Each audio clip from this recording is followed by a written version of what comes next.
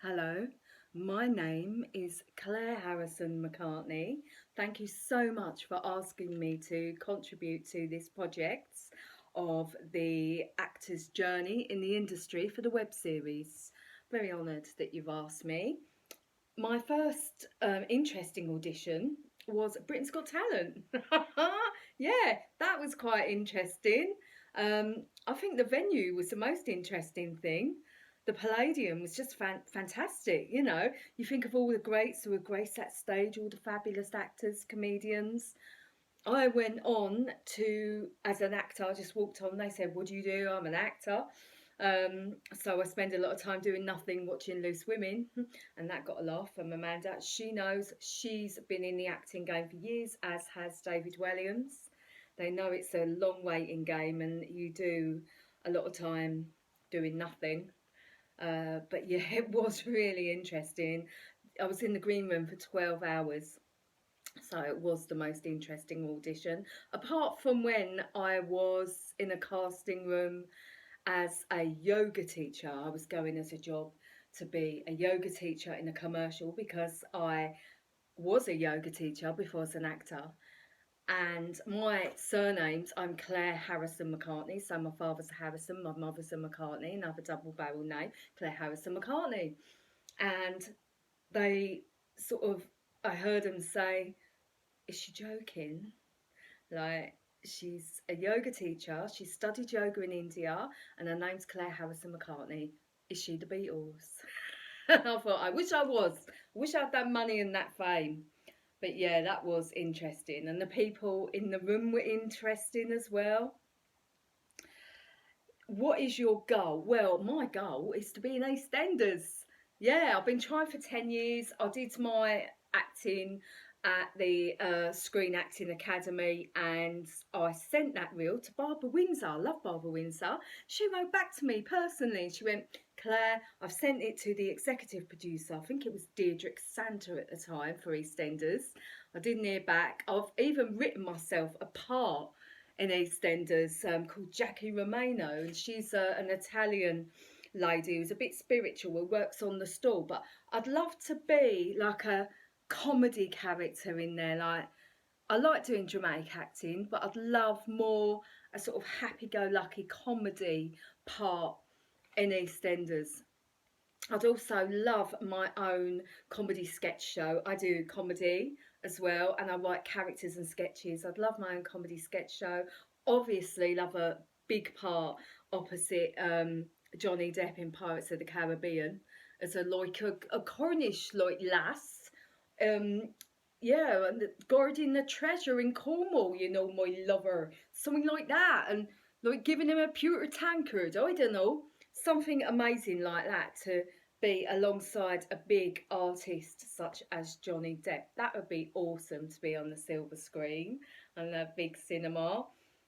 What else? I do presenting as well. I did presenting. I've interviewed Frank Bruno, Glenn Oddle, Maxie Priest, Phil Dupas, loads of amazing people. Sandra Dickinson, she's a great actress, isn't she? Yeah, loads of people. I'd quite like to do a bit of presenting, but my main goal is to be in EastEnders and do Strictly and win it, and then do Live at the Apollo with my stand up, and then have a comedy show, and then have a chat show. Yeah, my steps to achieving my goal are I'm constantly alert. So, I'm like that with my phone all the time. Like, you know, when is the next casting coming up? I have got to know certain producers, casting directors, finding out who they are, how they work, when their next project is. So, yeah, you've got to be one step ahead all the time and always looking, don't fall back. Um, keep applying, being one step ahead of the game all the time. You've got to look after yourself as well. I haven't got time on my sides. I haven't had any Botox yet, raise a few eyebrows. I probably do. I've got more lines than Hamlet up there, but you need them for an actress. But, I do try and keep my weight down because I've got a tendency to put on weight, so that's part of the goal. But you never know. They might want more of a voluptuous lady. Like, I would love, that's another thing I would love to play, is in Birds of a Feather. like a link to Dorian. I think that would be good. I could be like her daughter or something. I think her daughter's already in there, but there you go. What makes your journey more interesting? Well, I think it's like because I do comedy as well. So I went for a casting a couple of years ago, and I walked in the room and I was like, "Hiya, all right," like really like up for a laugh. And I said, "Oh yeah, I do comedy." Or they look and they go, "Oh, you do comedy as well?" I'm like, "Yeah." And they say, "Oh, we love working with actors who are also stand-up comedians because they're quite easy to work with and they're a laugh." Um, I think the fact I'm older as well, because I went in, I'd done acting when I was a kid and was really good at it, but I went into acting again later in life, so it's like a massive career change, which was really brave. My acting teacher said, "You're really brave," and I was like, "What?" And then I realised why, because I'm not 35. I'm not younger than 35.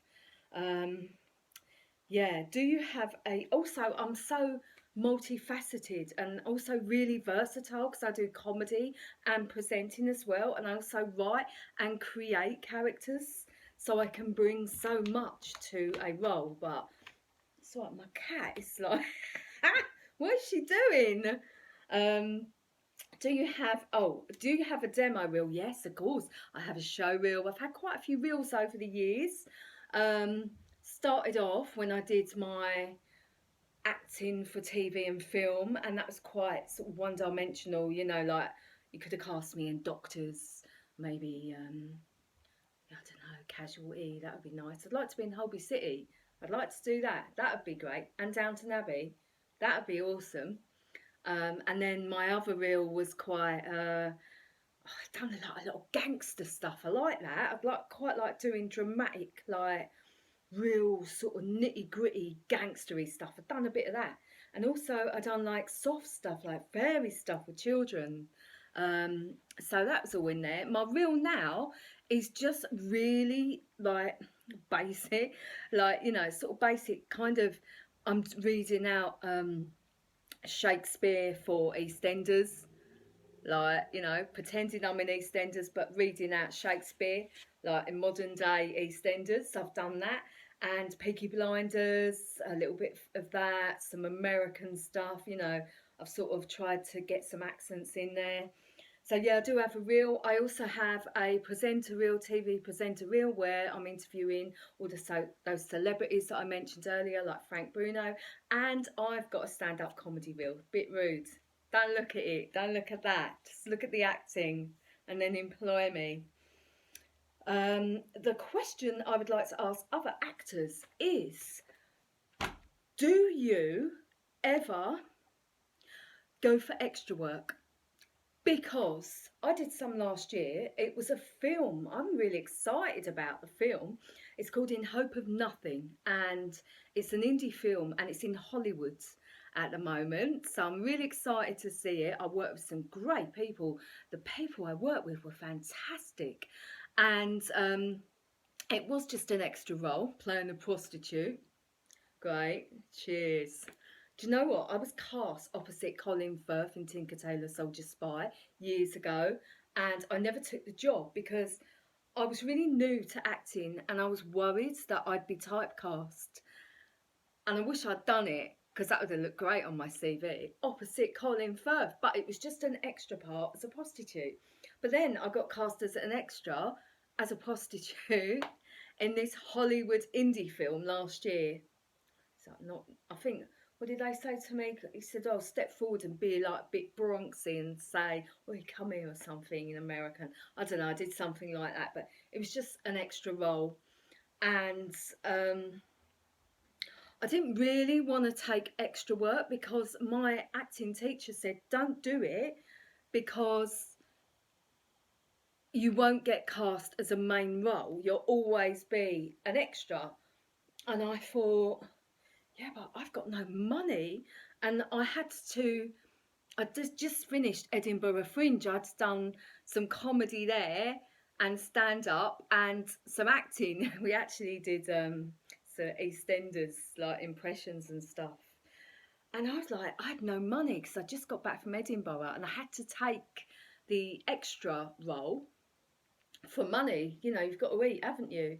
So yeah, I'd like to ask that question because it's like really debatable, isn't it? I've been on the Actors Network, you know, and a lot of sort of forums on Facebook, and asked that question, and a lot of people say, yeah, I take a lot of extra work, I got to put food on the table, and then other actors say no.